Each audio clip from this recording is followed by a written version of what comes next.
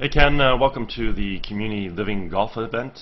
Just want to give you an opportunity here to view your swing at regular speed. We'll let that play on through a few times, put you back in your dress position, and we'll go ahead and take a look at a few things for you. So while we got you back here in your dress position, let's first of all take a look at your setup. Your spine is straight, it's on a tilt. Your legs come down into a nicely unlocked position. You hold your arms in tight to your body and then let your forearms work away and then move the golf club out. So if I were going to work on your golf game and we were going to deal with your posture position, first thing I'd do is I'd get you to throw your tail out and up and move your sternum out, up, and forward. And ultimately what that's going to do, it's just going to increase the angle to your spine here. Okay? From there, you keep your legs in the unlocked position that they're in because they're perfect.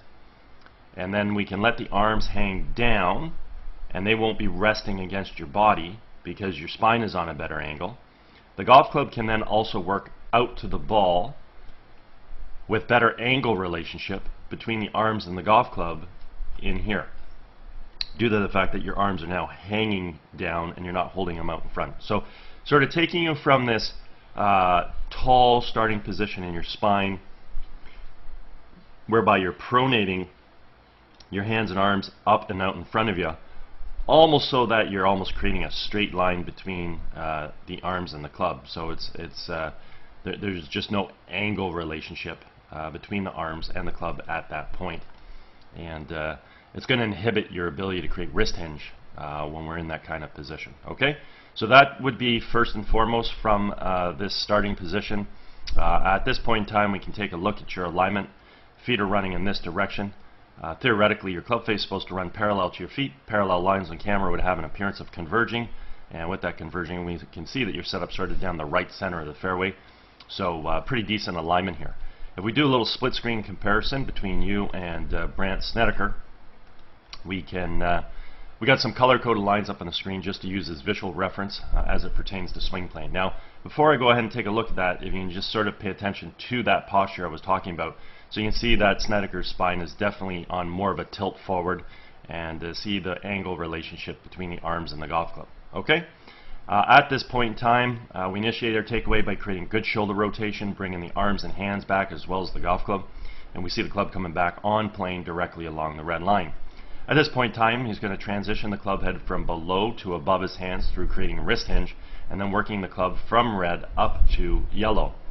When we finally set the club at the top of the backswing, the left arm and the club are on the yellow line. We have full shoulder rotation, and we do this about a very stable right leg, keeping the weight on the inside part of our right foot. With you, we watch you initiate your takeaway. You definitely draw your hands back. Very limited shoulder rotation at this point in time, and definitely no wrist hinge happening. Okay? So you can see how stiff forearmed you are with the golf club. Shoulders are starting to kick in a little bit now. Still no wrist hinge, basically picking the club up, and when we finally get to the top of the backswing, we can see the arms are compressed to your core. They're starting to actually move away now, and then when we finally get to the top here, we can see that you know what, you have eventually turned, so that's good. You're on a stable right side, that's good. We're definitely way too tall in the spine. We want to learn how to create a rotational movement off of an axis that we achieved at address. So there's the spine at address. We rotate and we maintain that axis. So very important. So right now you're very tall, and again we have the arms in a very upright position with very, very limited wrist hinge. So very important to learn how to create rotation off of a spinal tilt that we achieve at address. Learn how to shallow out the arms, learn how to create better wrist hinge, bringing the golf club back. As we create our transition back in the ball, simply want to move our weight from our right foot to our left, fire our knees and our hips to the target, unwind the core, and fire the hands. And in doing so, we want to make sure that we're bringing the golf club from yellow back down on top of red, and that's exactly what we see here with Brandt Snedeker. The other thing we want to observe at this stage of the golf swing is the relationship between the lead form and the golf club. I refer to this as the backwards check mark. It simply means that the club head right now is remaining above and behind his hands coming into the hitting zone, and this is what's going to allow him to create a lot of power in the golf swing, let alone also being able to hit the ball straight due to the fact that the club has returned back to plane and can track into the golf ball directly now from this on-plane position. Okay, so very, very, very important if we want to hit the ball straight and far. At this point in time, we watch your downswing from your steep position. Your hands come even more over the top, so you're basically just throwing that club out in front of you here. So as we continue to track that club coming down, we can see that club just coming in from a very, very steep position, and therefore you're going to be attacking the ball from what's referred to as outside to inside. So we just go ahead and connect the dots here. We can get a good observation of how that club was coming into the ball. Okay, so that's coming from over the top, quite outside, and therefore going to be on a swing path from out to in.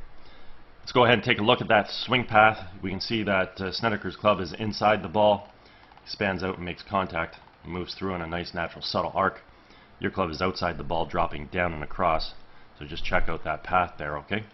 At that point in time, obviously, if we square the club face to that path, we're obviously going to hit the ball solid, but we're going to hit it in that direction. If we over-release the club to that path, then we end up hitting a pull draw or pull hook and the ball goes way left on us.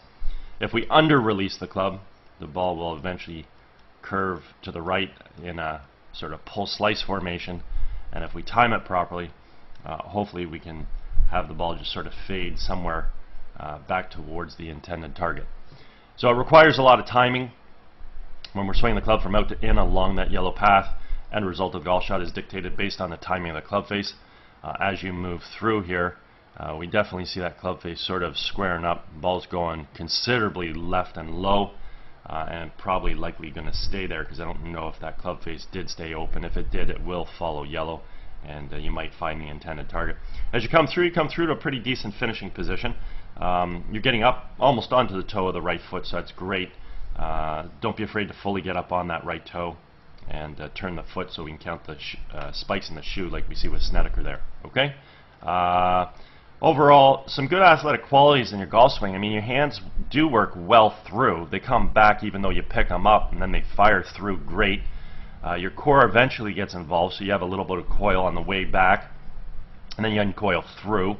You got pretty decent footwork here, allowing you to get through to a finishing position, so that's great. Need to definitely tweak up your posture, as we discussed at the start of the video. And then definitely need to learn how to bring the golf club back, maintaining that new spinal axis that we would have achieved at address with your new posture, but definitely learning how to create better wrist hinge. Wrist hinge is a major source of power, so you really need to learn how to create wrist hinge coming back. And we also have to learn how to set the arms in a much shallower position. And when we do that, when we set the arms in a shallower position with proper wrist hinge, that shallower position is going to allow you to come into the golf ball much more from an on-plane position and not so far over the top. Now, even if we shallow this position out here and it reduces the amount of over the top, I don't think you're going to fix it 100%. So at that point in time, you'd have to get in there and try and learn how to bring the club into the ball from an on-plane position, because ultimately that really is the most important thing if we're going to create maximum power and definitely create any form of accuracy or consistency and be able to hit the ball straight. Okay? Anyways, if at any point in time you want to work on any of these aspects, certainly feel free to contact me. I'm over at Glen Abbey in Oakville. All my contact information is at the end of the video, and be happy to structure up some lessons for you. Also, if you're involved with any golf tournaments at all and you're looking for a unique gift to provide to your participants, certainly feel free to touch base. Anyways, I hope you had a great day. Hope you enjoyed getting an opportunity to see your swing on video. Hope you have a great summer, and maybe we might hear from you. Take care.